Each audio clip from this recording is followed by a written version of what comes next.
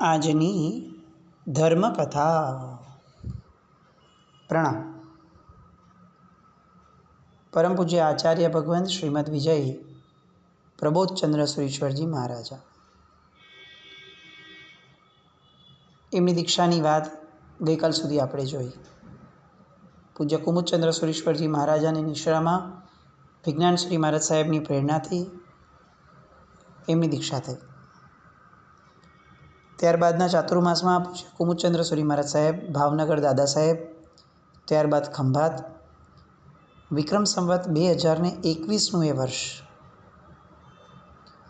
25મું અને 26મું ચાતુર્માસ સાહેબનું એ ખંભાત ઓસવાળના ઉપાશ્રયમાં અને બીજું ખંભાત લાડવાડાના ઉપાશ્રયમાં થયું.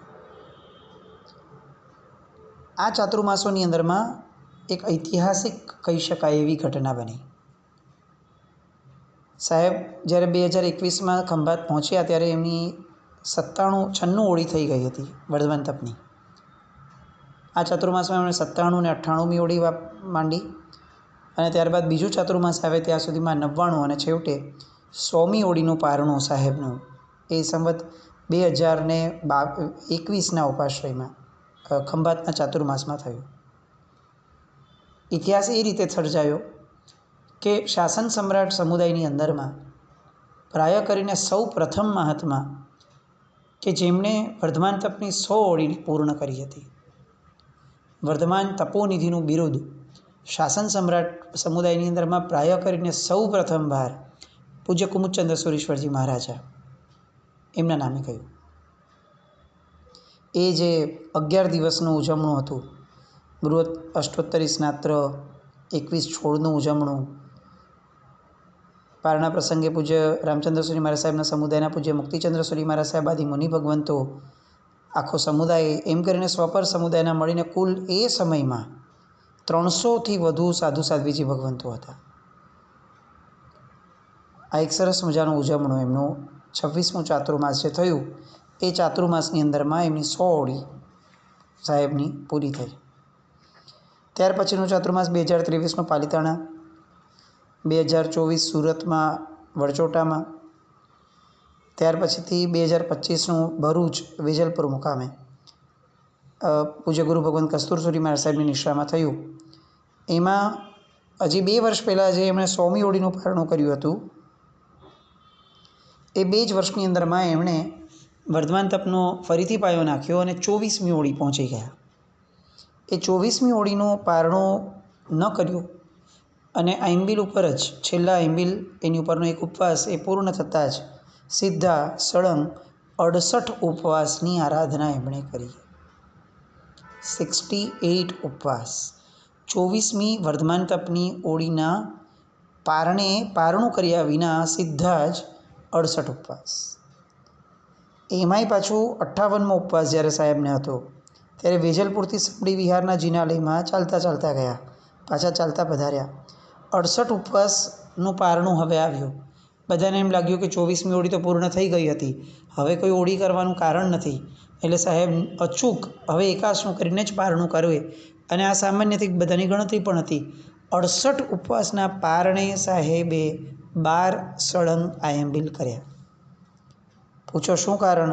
તો કે એક પણ કારણ નહીં, આનંદના આયંબિલ છે. આ એક બહુ સરસ મજાની ટર્મ આપણે વચ્ચે પણ જોયું હતું સાહેબના જીવનમાંથી. આ એક બહુ જબરદસ્ત આપણને એક આમ ઇન્સ્પિરેશન કરતાં પણ આશ્ચર્ય મળે કે આવું પણ હોઈ શકે તપ કોઈ કે જે ફક્ત આનંદનું તપ હોય. એવા એમણે 12 આયંબિલ કર્યા. એની પછીથી એકાસના તો જે ચાલુ જ હતા એ જ રહ્યા અને પછીના લગભગ એમના 28 વર્ષના જે ચાતુર્માસ અત્યાર સુધીના જે થયા એ એમણે પૂજ્ય કસ્તુર સુરી મહારાજ સાહેબની નિશ્રામાં જ કર્યા. એક પણ ચાતુર્માસ એ પૂજ્ય ગુરુ ભગવંતથી પોતાના અલગ રહ્યા નહોતા. હજી એક 68 ઉપવાસની એક સ્પેશિયલ વાત. સાહેબે 24 ઓળી ઉપર જે 68 ઉપવાસ કર્યા એમાંનો જે 42મો ઉપવાસ સાહેબનો હતો એ 42મા ઉપવાસે સાહેબે ફક્ત 48 મિનિટમાં મૌનપૂર્વક એમણે લોચ કરાવડાવેલો. આમ આપણે સમજી શકીએ કે આપણી એક ગણતરી હોય કે લોચ કરાવાય પછી તરત શીરો વગેરે વપરાવવો જોઈએ શ્રાવકોએ. આ તો 42મો ઉપવાસ અને એની પછી બીજા 24 ઉપવાસ સાહેબના થયા. એટલે 26 ઉપવાસ. એટલે આમ આપણે કલ્પના કરી શકીએ કે આ જીવદળ કઈ ગતિમાંથી આવ્યું હશે ઉચ્ચતમ, અને કઈ રીતનું બંધારણ એમના શરીરનું હશે.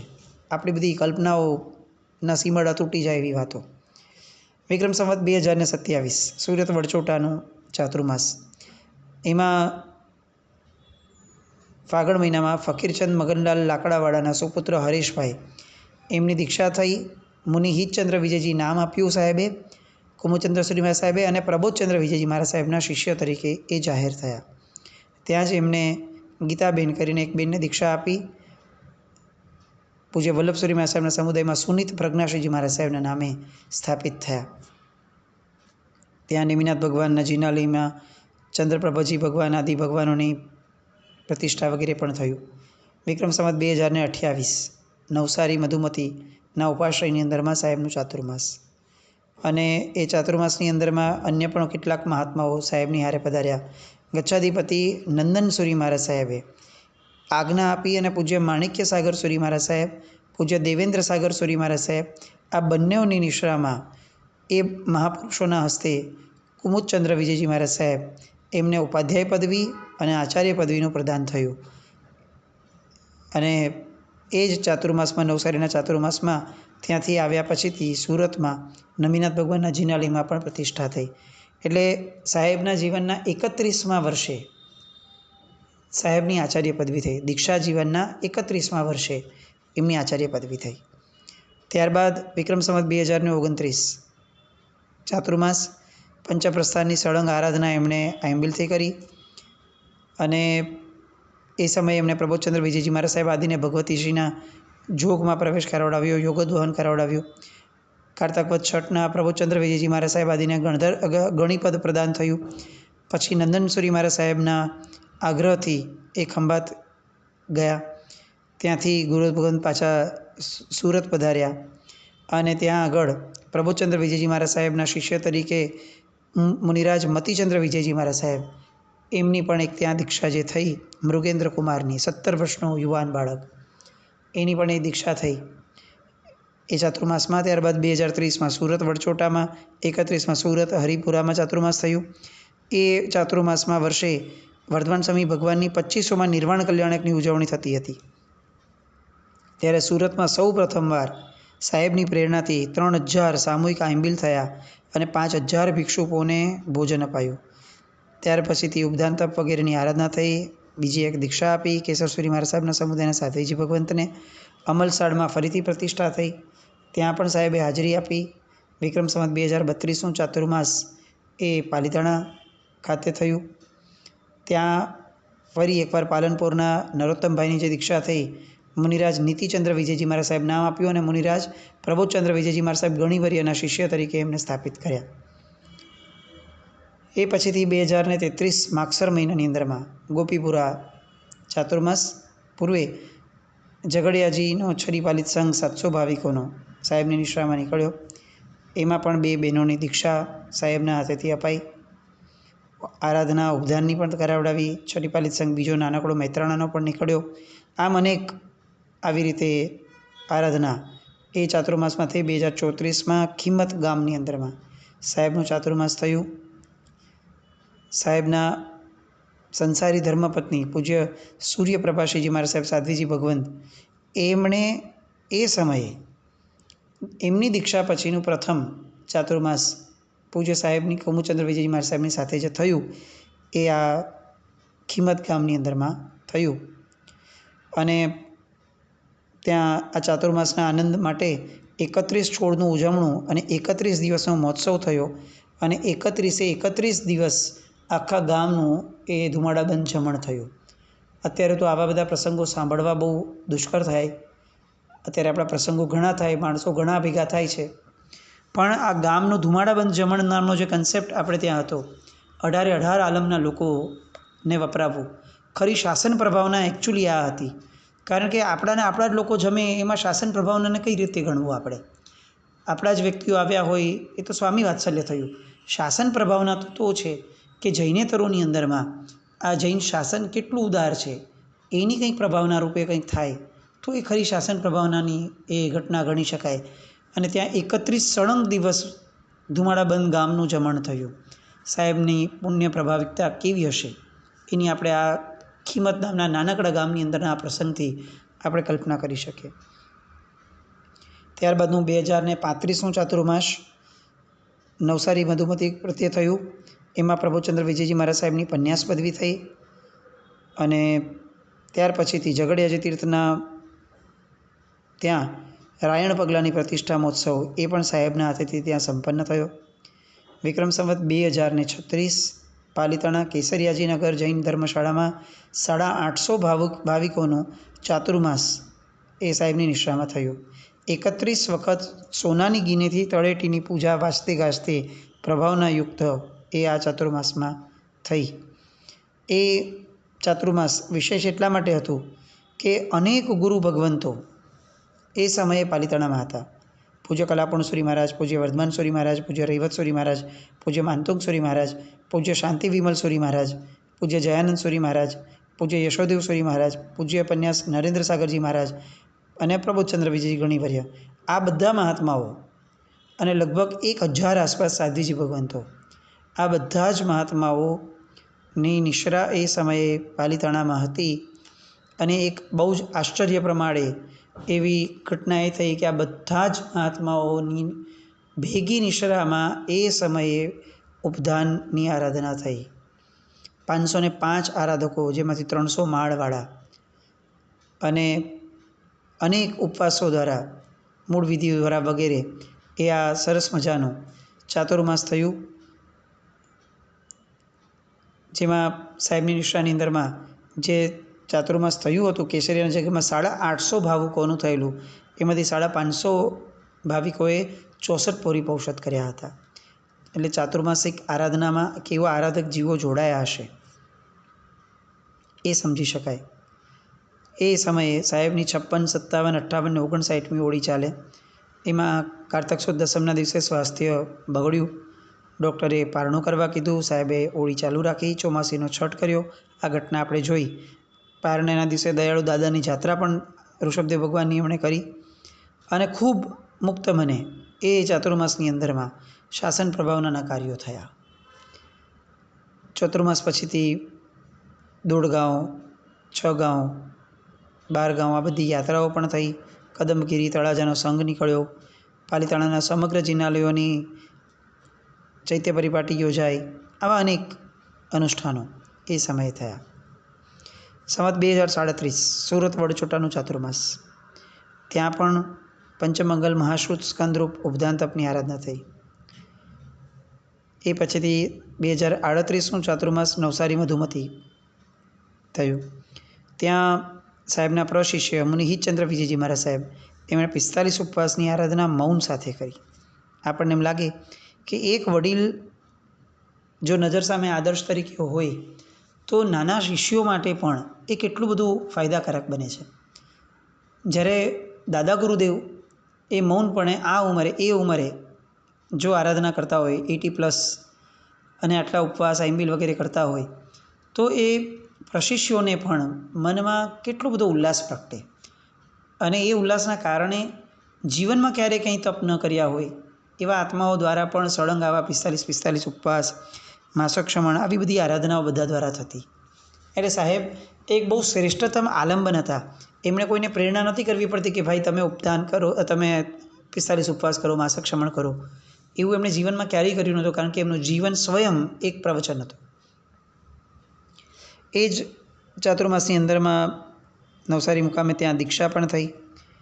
અને ગચ્છાધિપતિ દેવેન્દ્ર સુરી મહારાજ સાહેબ, પૂજ્ય નિરંજન સુરી મહારાજ સાહેબ, એમની નિશ્રામાં પણ ત્યાં બીજી 2 દીક્ષાઓ ચાતુર્માસ પૂર્ણ થતાં થઈ. એ પછીના ચાતુર્માસ વિક્રમ સંવત 2039, 40 ને 41 ત્રણેય ચાતુર્માસ વડાચોટામાં સિમંદર સ્વામી ભગવાનના ઉપાશ્રયે થઈ.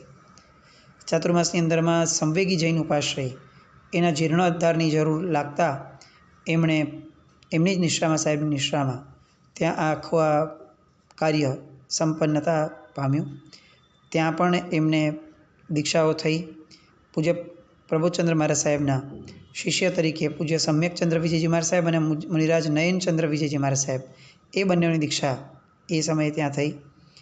વિક્રમ સંવત 2042 સુરત વડા ચોટામાં ચાતુર્માસ. અને સંવેગી જૈન નૂતન ઉપાશ્રયની છે ત્યારે ટહેલ નીકળી હતી અને એ જ બીજે જ વર્ષે એ ઉપાશ્રય 1 વર્ષમાં કામ સંપન્ન થતાં એનું ઉદ્ઘાટન થયું. એ સમયે પ્રબોધચંદ્ર વિજયજી મહારાજ સાહેબ એમની વૈશાખ સુદ દસમના દિવસે ઉપાધ્યાય પદ અને આચાર્ય પદવી એ બંને વૈશાખ સુદ છઠ અને દસમના દિવસે થઈ. પૂજ્ય મીરુ પ્રભસુરી મહારાજ સાહેબ જે એ સમયે ગચ્છાધિપતિ હતા એમની આજ્ઞાથી આ સરસ મજાનો પ્રસંગ થયો. એ પ્રસંગની અંદરમાં 11 દિવસનો મહોત્સવ, 7 મહાપૂજનો, 2 નવકાશી, 11 છોડના ઉદ્યાપન, આવા બધા સરસ મજાના કાર્યક્રમો પણ થયા. સાહેબની નિષ્ઠાઓ કેટલી એમની આચાર્ય પદવી સમયે આપણને લાગે આજે પ્રબોધચંદ્ર સૂરી દાદાને નું નામ પણ છે ને આપણી બધા માટે બહુ જ પુણ્ય પ્રકર્ષ ઊભું કરનારું છે. પણ એમને જીવનની અંદરમાં જે રીતે વ્યાવચ કરી અને જે રીતે એમને શાસન સમ્રાટ સમુદાયના આચાર્ય ભગવંતોના આશીર્વાદો પ્રાપ્ત થયા છે, એક બહુ મહત્ત્વનું કારણ છે. એમની આચાર્ય પદવી જ્યારે થઈ પ્રબોધસૂરી દાદાની એ સમયે વર્તમાન ગચ્છાધિપતિ એ સમયના પૂજ્ય મેરુ પ્રભસુરી મહારાજ સાહેબ, દેવસુરી મહારાજ સાહેબ, કુમુદચંદ્ર સુરી મહારાજ સાહેબ, હેમચંદ્ર સુરી મહારાજ સાહેબ, પ્રદ્યુમ્ન વિજયજી મહારાજ સાહેબ, માનતુંગ વિજયજી મહારાજ સાહેબ, ઇન્દ્રસેન વિજયજી મહારાજ સાહેબ, હિતચંદ્ર વિજયજી મહારાજ સાહેબ, આ બધા જ સાધુ ભગવંતો, પ્રવીણાશ્રીજી મહારાજ સાહેબ, સૂર્યપ્રભાશ્રીજી મહારાજ સાહેબ, મનોરમાશ્રીજી મહારાજ સાહેબ, હર્ષપ્રભાશ્રીજી મહારાજ સાહેબ, પુષ્પાશ્રીજી મહારાજ સાહેબ, મયણ રેહાશ્રીજી મહારાજ સાહેબ, આવા અનેક શાસન સમ્રાટ સમુદાય, સાગરાનંદ સોરી મહારાજ સાહેબ સમુદાય, એ બધાના સાધુ સાધ્વીજી ભગવંતો એમની હાજરીની અંદરમાં એમની આચાર્ય પદવી થઈ. એ નિમિત્તે અનેક જીવદયાના, સાધર્મિક વાત્સલ્યના, ગરીબોને હોસ્પિટલ વગેરેમાં દાન આપવાના બહુ જ મોટા કામો સાહેબજીની પ્રેરણાથી ત્યાં થયા. વિક્રમ સંવત 2043 પાલનપુરવાળા તરફથી છરીપાલિત સંઘ નીકળ્યો 600 ભાવિકોનો, જે ઝઘડિયાજી તીર્થ સુધી થયો હતો. એમાં 90 વર્ષની સાહેબની ઉંમર થઈ. એ ઉંમરે પણ સાહેબે એકાસના જે ચાલતા હતા, એકાસના પારણે એમણે સામૂહિક સિદ્ધિતપની જે આરાધના થઈ હતી સંઘમાં, એમાં પોતે પણ 90 વર્ષની ઉંમરે જોડાયા અને એટ ધ એજ ઓફ 90 એમણે સિદ્ધિતપ કર્યો હતો. ત્યાર પછીથી 2044 સુરત માંડવી ગામની અંદરમાં સાહેબનો ચાતુર્માસ. એ ચાતુર્માસમાં સાહેબે 1000 ઉપવાસની આરાધના ચાલુ કરી.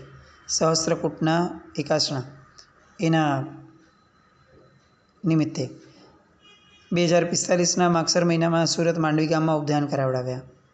ત્યાર પછીથી 2046 એમાં પણ સાહેબે નવસારી ગામની અંદરમાં ચાતુર્માસ થયા. એમાં પ્રબોધચંદ્ર સુરી દાદાએ એ સમયે 500 MLનું પારણું કર્યું હતું. એ પછીથી 2047નો ચાતુર્માસ, કે જે ચાતુર્માસ સાહેબના જીવનનું અંતિમ ચાતુર્માસ બનીને રહ્યું. અને એ ચાતુર્માસની અંદરમાં પણ ચિરાવલજા મહાતીર્થની યાત્રા કરી. ત્યારબાદ રાણાપુર, ઉછાળા મહાવીર, નાડલ, નાડલાઈ, વરકાણા, શિરોઈ, બામણવાડા, આ બધા તીર્થોની રાજસ્થાનની એમણે યાત્રા કરી. અને બીજા અનેક કાર્યો સાહેબની પ્રેરણાથી એ સમયે જે થયા, આ બધા શ્રેષ્ઠતમ કાર્યો.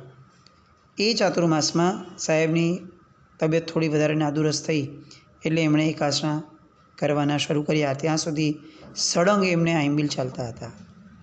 એટલે આપણે સમજી શકીએ કે એમની એજ 90, 91, 92 સુધીની પહોંચી.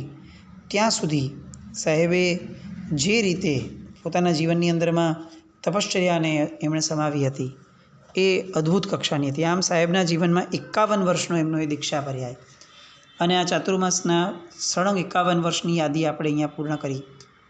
હવે જે બહુ મુખ્ય પ્રસંગ કે જેમાં સાહેબની કાળ ધર્મ સમયની સ્થિતિ, એની પૂર્વેના એમના ભાવો અને સમાધિ મરણ માટેની સાહેબની ખેવના, કેટલા વર્ષોથી એનું પ્લાનિંગ. અને એ પ્લાનિંગ એટલે પાછું એમ ખાલી વિચારણાના સ્તરનું એવું નહીં. સાહેબ બહુ અલગ કક્ષાના જીવ હતા. એટલે આપણને એવું લાગે કે આમ બધા અનુષ્ઠાનો અને તપશ્ચર્યાને બધું થયું, આમાં બધું શું આપણને નવાઈ લાગે. પણ આ બધા સમયે સાહેબનું આત્મબળ જે હતું અને એમનું જે જીવદળ હતું એ એટલું બધું પવિત્ર, એટલું બધું નિર્લેપ કે આપણને એવું લાગે કે ફક્ત તપશ્ચર્યાઓ એ બાહ્ય તપ રૂપે થઈ એવું નહીં. સાહેબ અંતર્મુખ એટલા બધા હતા કે કોઈ પણ પ્રસંગમાં ક્યાંય પણ સાહેબ ક્યાંય લીપાણા નથી. સાહેબે કોઈ પોતાનો ભક્તવર્ગ ક્યારે ઊભો કર્યો નહોતો. સાહેબના જીવનની અંદરમાં કોઈની સાથે બહુ મેજર સંપર્ક સાહેબે રાખ્યા હોય એવું ન હતું. એમના ગામથી આવનાર સ્વજનો, બીજા બધા પણ વ્યક્તિઓ માટે સાહેબ જીવનમાં ક્યારેય બહુ સમય એમની માટે કોઈને ફાળવ્યો નહોતો. આવું સરસ મજાનું અંતર્મુખ સ્વાધ્યાયથી પરિપૂર્ણ એવું એમનું જીવન. હવે આવા જીવનનો અંત પણ આવો જ ગૌરવશાળી હોવો જ જોઈએ, અને એવો હતો. એ આખી એમના જીવનની અંતિમ ચાતુર્માસને અંતિમ પળોની વાતો. એની માટે આપણે આવતીકાલે મળીએ. જીને આજ્ઞાવ્રત કંઈ પણ બોલાય તો મિચ્છામિ દુક્કડમ. જૈનમ જય અતિશાસન.